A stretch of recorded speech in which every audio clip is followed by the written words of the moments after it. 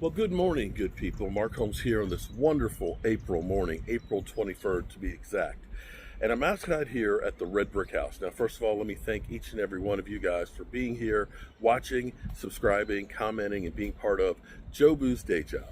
It was 9 years ago today that we started a change.org for this house, the Red Brick House here in Waynesboro, Virginia. The incredible thing is this would not be here had we not done that change.org. This was actually scheduled to be demolished, and an apartment building was set to be built right next door over here. And with this being bulldozed over, this would have been developed as well. And it would have been a travesty to have lost this piece of history. And I'm so proud here 9 years later that it has been restored and has become an integral part of the community. And one of the things that I'm proudest about, and maybe you've never thought about this. I don't know how old the house is that you live in. Maybe you live in a brand new house, or maybe you've lived in an old house. Have you ever wondered the stories behind the house and what's gone on, the people that live there? We did, and we have learned so much about this house, the land, and all the people. And I wanted to preserve that, and I'm really, really proud of this walkway that we've actually done here, where we have the history of the house, every family that's lived in here from the beginning in 1820 of it being a schoolhouse to, of course, me and my lovely bride, Tracy, now being the residents and caretakers of this property. And it has the storyline of the rich history of Waynesboro as well. There's so many things that happened here that people just don't know. Charles Lindbergh actually had the Spirit of St. Louis here at one point. This spot right here was the site of the last battle in the Shenandoah Valley. A month later, the Civil War ended.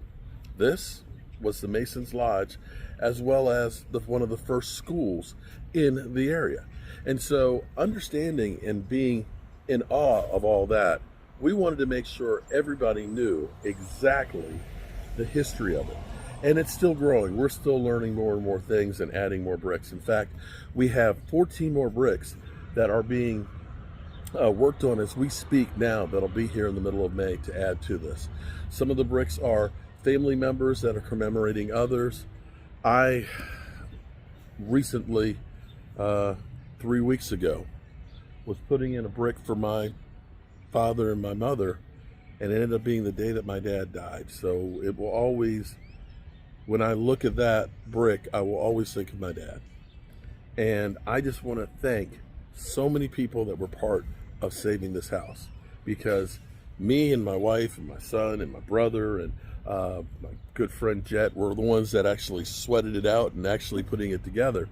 But there were so many people that are responsible for this house to still be here, from the great artist P. Buckley Moss, who painted it to help raise money, the Red Brick House Committee, which is the reason that I got involved into it, to the Waynesboro Historic Society, as well as the Heritage Museum in downtown.